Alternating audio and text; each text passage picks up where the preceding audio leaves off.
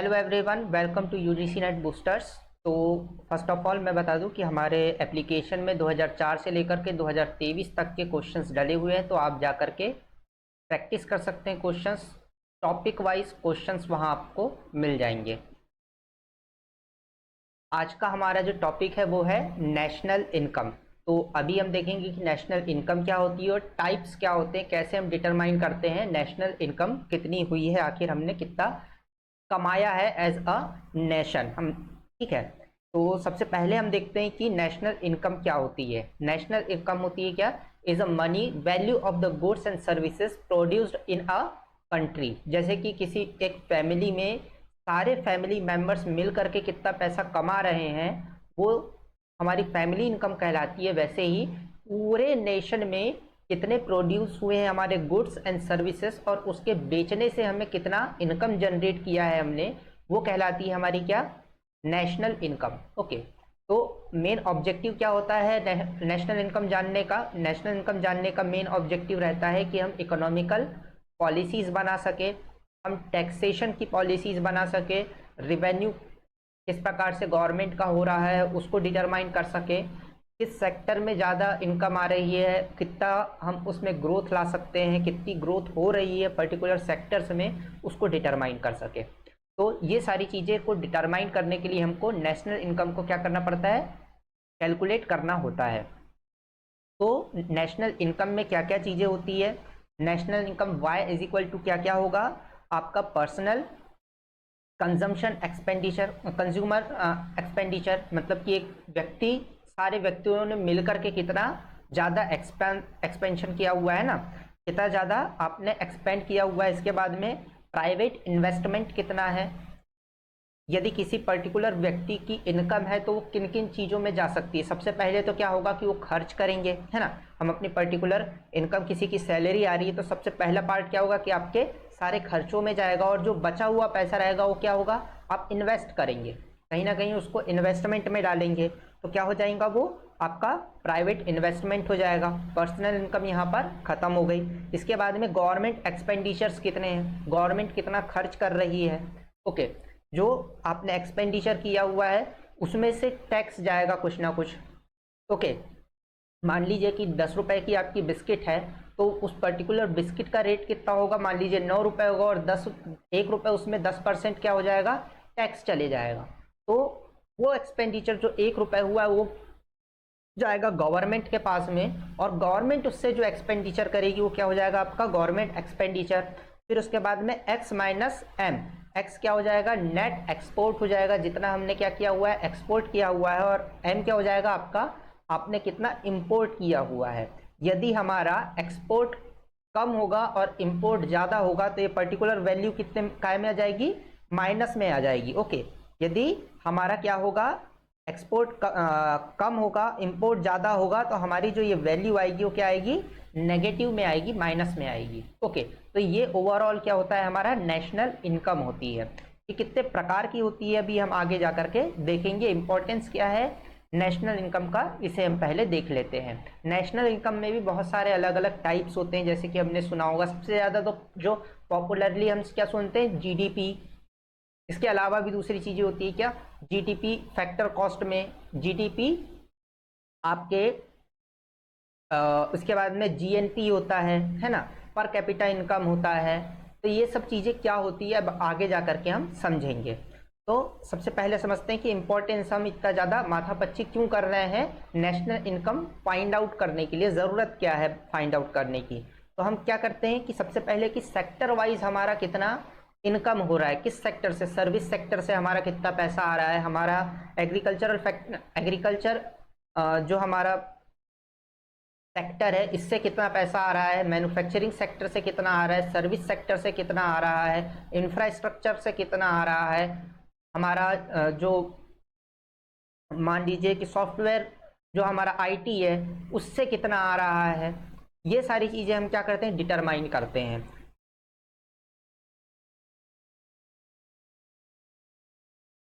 हमारी वेल्थ कितनी बढ़ रही है, वेल्थ कितना क्रिएट हो रहा है, इससे हमको पता चलता है। Find out the standard of living कितनी है, इस बात से पता चलता है कि कितना एक्सपेंडिचर हो रहा है, कितना इनकम जनरेट हो रही है।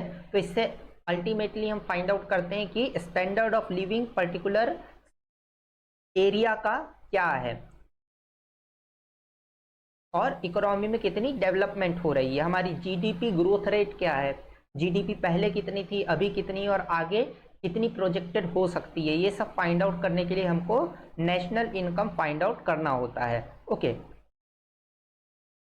ये सारी इंग्लिश आपको मिल जाएगी, ये सारी पीडीएफ आपको मिल जाएगी हमारे एप्लीकेशन के अंदर, वो आप जा करके फ्री ऑफ कॉस्ट पढ़ सकते हैं। ओके, तो लिंक में डिस्क्रिप्शन में आपका एप्लीकेशन दिया हुआ है, एप्लीकेशन की लिंक डली हुई है, आप वहां जा करके पीडीएफ को डाउनलोड कर सकते हैं, पढ़ सकते हैं। ओके, डिफरेंट काइंड ऑफ हमारा नेशनल इनकम कौन कौन सी होती है ये देख लेते हैं। सबसे पहले है आपकी जीडीपी, ग्रॉस डोमेस्टिक प्रोडक्ट, इसके बाद में है जीएनपी, ग्रॉस नेशनल प्रोडक्ट, इसके बाद में है जीडीपी इन फैक्टर कॉस्ट, यहाँ पे लिखा हुआ नहीं है, फैक्टर कॉस्ट पे हम जीडीपी निकालेंगे, एनएनपी नेट नेशनल प्रोडक्ट, इसके बाद में पर्सनल इनकम और डिस्पोजेबल इनकम। ये कौन कौन सी होती है अभी आगे हम जा करके समझते हैं एक एक करके। ओके, सबसे पहले क्या है हमारा ग्रॉस नेशनल प्रोडक्ट क्या होता है।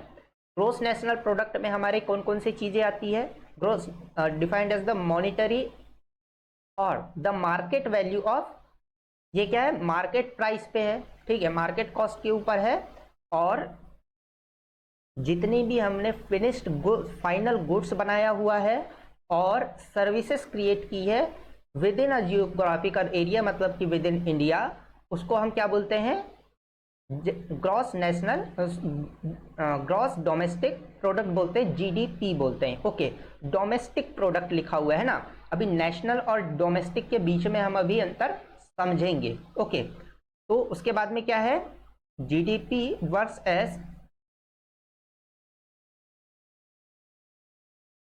ये क्या करता है किसी भी कंट्री की इकोनॉमिकल हेल्थ कैसी है इसको डिटरमाइन करता है। ओके, जीडीपी से ही हम समझते हैं कि पर्टिकुलर कंट्री की इकोनॉमिकल वेल्थ किस प्रकार की है। ओके, अभी हम 5th largest economy of the world है, किस बेसिस पे है, कैसे पता चला कि हमारे पास में इतना पैसा है, हमें कैसे पता चला, हमको जीडीपी से पता चला कि हमारी जीडीपी इतनी है, हमारी जीडीपी 3.4 के लगभग में है, इसीलिए हम वर्ल्ड की 5th लार्जेस्ट इकोनॉमी है। ओके, तो कैसी इकोनॉमी है, कितना वेल्थ क्रिएशन हो रहा है, कितने गुड्स क्रिएट हो रहे हैं और कितने वो बेचे जा रहे हैं, जिससे इकोनॉमी में मनी का सर्कुलेशन हो रहा है, ये पता चलता है आपके जीडीपी से। ओके, तो जीडीपी का फॉर्मूला क्या होगा, C + I + G + X - M। तो इसमें I क्या होगा आपका, C होगा सबसे पहले क्या पर्सनल कंजम्पशन एक्सपेंडिचर, इसके बाद में आपका होगा क्या प्राइवेट इन्वेस्टमेंट, क्योंकि आपने जितना एक्सपेंड कर लिया उसके बाद में जो बचा वो कहाँ जाएगा आपके इन्वेस्टमेंट में जाएगा। इसके बाद में क्या होगा गवर्नमेंट एक्सपेंड कितना कर रही है, उसके बाद में national net export minus imports कर देंगे तो आपका क्या आ जाएगा जीडीपी निकल जाएगा। यदि आपके एक्सपोर्ट ज़्यादा हो रहे हैं इंपोर्ट कम हो रहा है तो ऑटोमेटिक आपका क्या होगा कि जीडीपी ज़्यादा बढ़ेगा। आपका इंपोर्ट ज़्यादा है एक्सपोर्ट कम है तो ऑटोमेटिक आपका जीडीपी कहाँ जाएगा नीचे आ जाएगा। ओके, इसके बाद में क्या है ग्रॉस नेशनल प्रोडक्ट।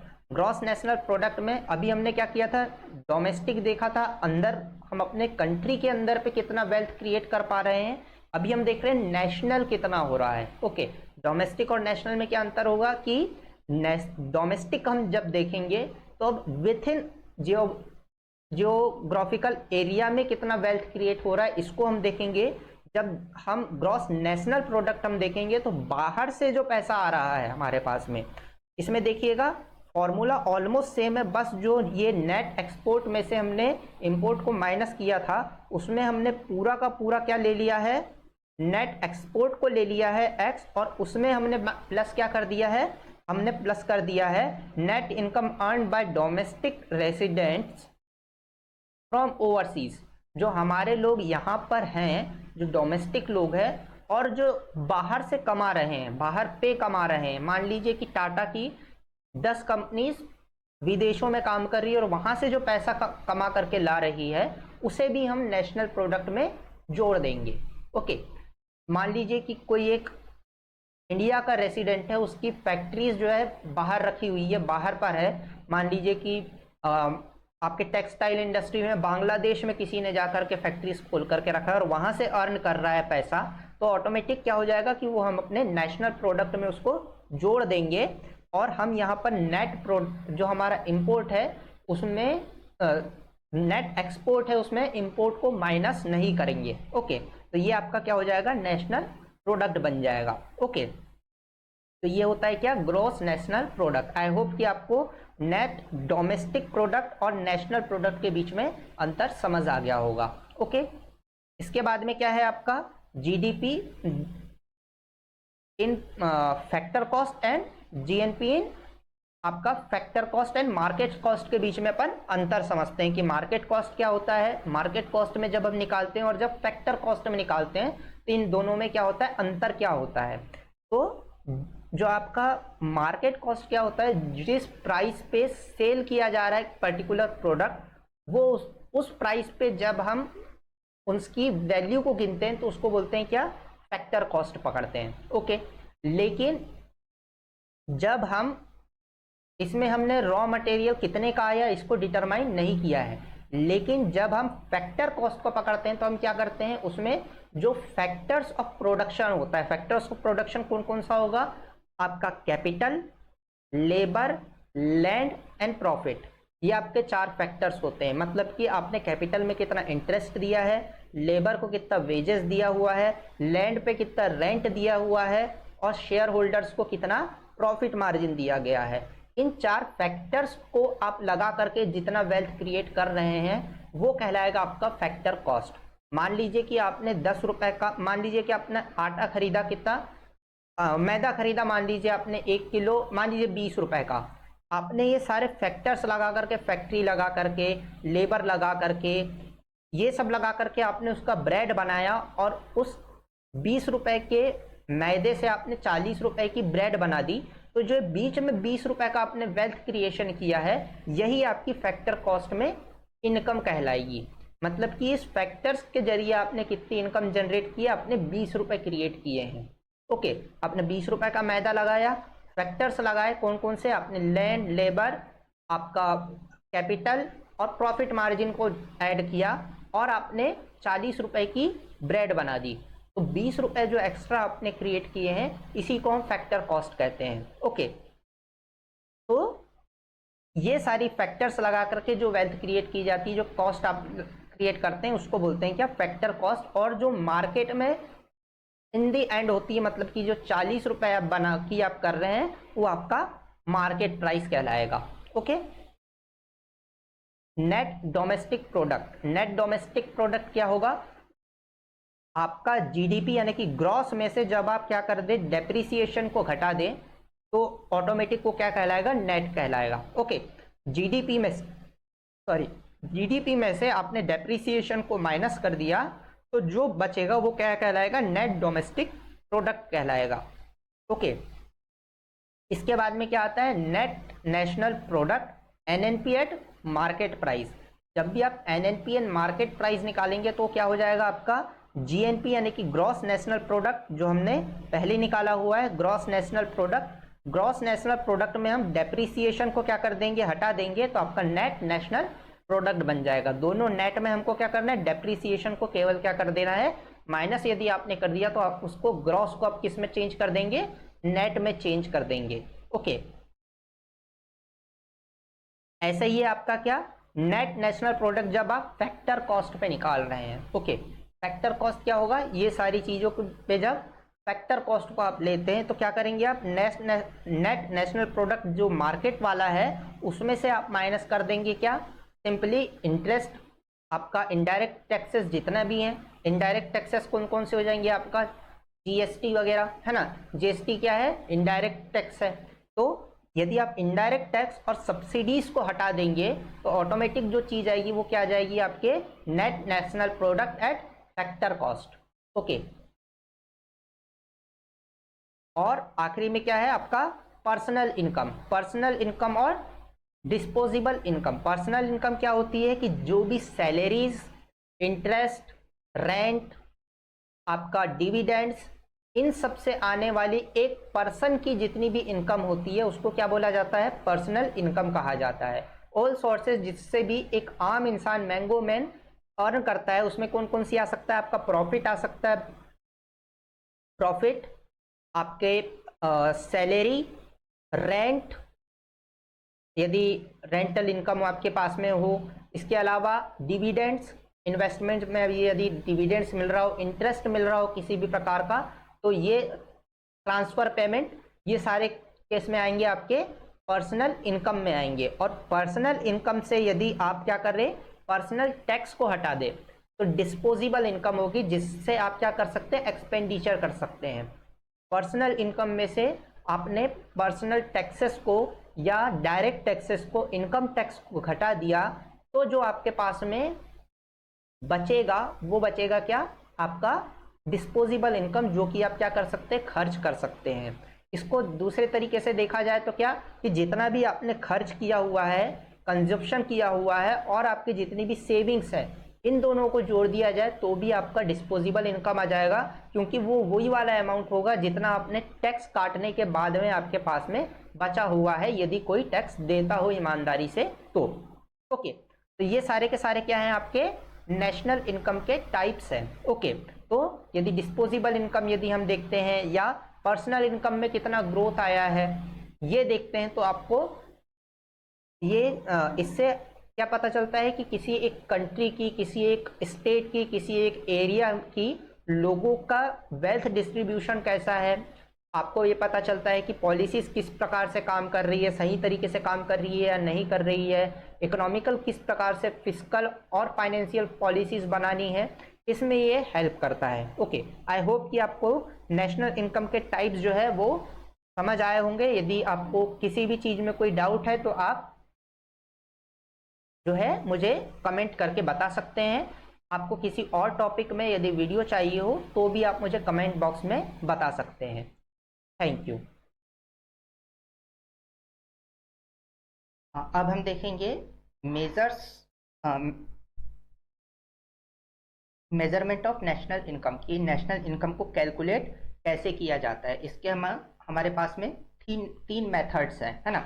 एक है क्या, आउटपुट या प्रोडक्शन मेथड, दूसरा है इनकम मेथड, और तीसरा है एक्सपेंडिचर मेथड। तो एक एक करके अपन समझते हैं कि ये मेथड में हम किस प्रकार से नेशनल इनकम को कैलकुलेट करते हैं। ओके, तो फर्स्ट है हमारे पास में आउटपुट मेथड। आउटपुट मेथड या प्रोडक्शन मेथड का सिंपल मतलब क्या है कि कितनी प्रोडक्शन हुई है नेशनल, किसी भी नेशन में या इंडिया में, कितनी हमने एज अ नेशन प्रोडक्शन की है, कितनी सर्विसेज, प्रोडक्ट मतलब कोई गुड्स की हमने सर्विस प्रोवाइड की है। ओके, इसको हम सेक्टर वाइज निकालते हैं कि इस पर्टिकुलर सेक्टर का इतना हमारा आउटपुट रहा है।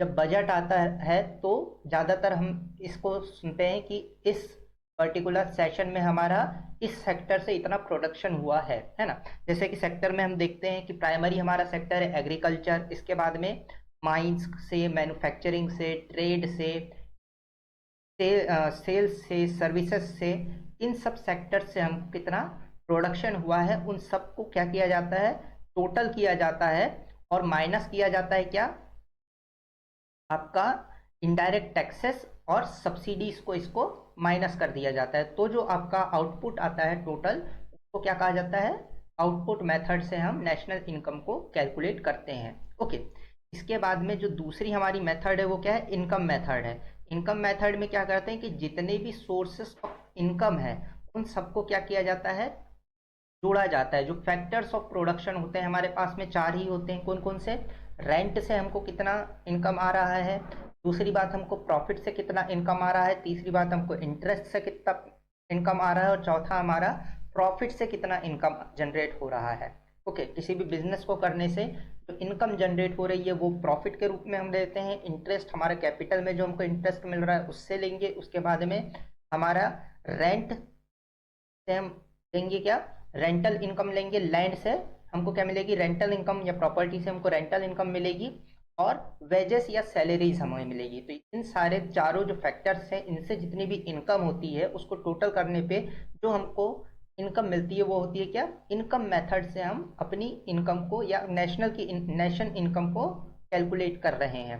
और तीसरा जो हमारा मेथड है इनकम को कैलकुलेट करने का, वो है क्या है, एक्सपेंडिचर मेथड। एक्सपेंडिचर मेथड में हम क्या करते हैं कि जितना एक्सपेंडिचर हो रहा है किसी भी नेशन का, उसमें कौन कौन सी चीज़ें आएगी। सबसे पहले तो क्या आएगा, expenditure of a consumer goods और सर्विसेज को खरीदने के लिए जो इनकम आ रही, हमारा इनकम एक्सपेंडिचर हो रहा है, जो हमारी इनकम है उसका एक्सपेंडिचर हो रहा है। दूसरा एक्सपेंडिचर आपका क्या होगा, आपका जितनी भी प्राइवेट एंटरप्राइज की गुड्स एंड सर्विसेज इन्वेस्टमेंट जितना भी है ना। दूसरा क्या होगा, आपका इन्वेस्टमेंट होगा। तीसरा होगा क्या, गवर्नमेंट के एक्सपेंडिचर होंगे। और चौथा होगा क्या, आपका नेट एक्सपोर्ट। नेट एक्सपोर्ट का क्या मतलब है कि आपने इंपोर्ट में से एक्सपोर्ट को माइनस कर दिया, सॉरी एक्सपोर्ट में से इंपोर्ट को माइनस कर दिया, तो आपका नेट एक्सपोर्ट निकल जाएगा। ओके, तो एक्स माइनस एम आपको कर देना है, तो आपका क्या आ जाएगा, नेट एक्सपोर्ट आपका निकल जाएगा। इस मेथड से हम क्या करते हैं, नेशनल इनकम को कैलकुलेट करते हैं, और ये होती है क्या, expenditure method. Okay, I hope कि आपको ये तीनों मेथड समझ आ गई होगी। इसको डिफिकल्टीज क्या होती है मेजरमेंट करने के लिए नेशनल इनकम में, सबसे पहले तो कि सही वैल्यू किसी भी गुड्स या सर्विसेज की, ज़्यादातर ये होता है सर्विसेज में, सर्विसेज की एग्जैक्ट वैल्यू कैलकुलेट कर पाना बहुत ज़्यादा मुश्किल होता है, पहली चीज़। दूसरी चीज़ क्या होती है कि प्राइमरी गुड्स, इंटरमीडिएटरी गुड्स और आपका फाइनल गुड्स को देख पाना कि ये, मान लीजिए कि आपका कॉटन प्रोडक्शन है, कॉटन प्रोडक्शन को एज अ फाइनल गुड लेंगे तो वो किसी और इंडस्ट्री के लिए क्या हो जाएगा, प्राइमरी गुड्स हो जाएगा। ओके, तो डिस्टिंग्विश करवाना तीनों चीज़ों को, कौन से आपके, कौन सा प्राइमरी गुड है, कौन सा इंटरमीडिएटरी गुड्स है, और तीसरा जो फाइनल गुड है वो क्या होता है, बहुत ज़्यादा डिफिकल्ट होता है। इसकी बात क्या होती है कि डिटरमाइन कर पाना मॉनिटरी वैल्यू किसी भी प्रोडक्ट का क्या होता है, डिफिकल्ट होता है। और चौथी बात में क्या होती है कि भाई जो बाहर की कंपनीज है, जो इंटरनेशनल एमएनसीज है, जो दूसरे देशों से हमारे यहाँ पर है, वो जो इनकम जनरेट करती है उसके बेसिस पर हम नेशनल इनकम इसलिए नहीं कैलकुलेट कर पाते क्योंकि वो मेजोरिटी जितना भी उसका इनकम होता है वो बाहर अपने देशों में या किसी और देश में इन्वेस्ट करने के लिए निकाल लेती है। ज़्यादातर वो अपना कैपिटल जो होता है वो जो प्रॉफिट के रूप में उसको बाहर लेकर के चले जाती है, उसे हम अपनी नेशनल इनकम में कैलकुलेट नहीं कर सकते हैं क्योंकि वो मेजोरिटी पार्ट बाहर लेकर के चले जाते हैं। तो आई होप कि आपको ये समझ आया होगा। तब भी यदि आपको कोई डाउट हो तो आप मुझे पूछ सकते हैं। Thank you.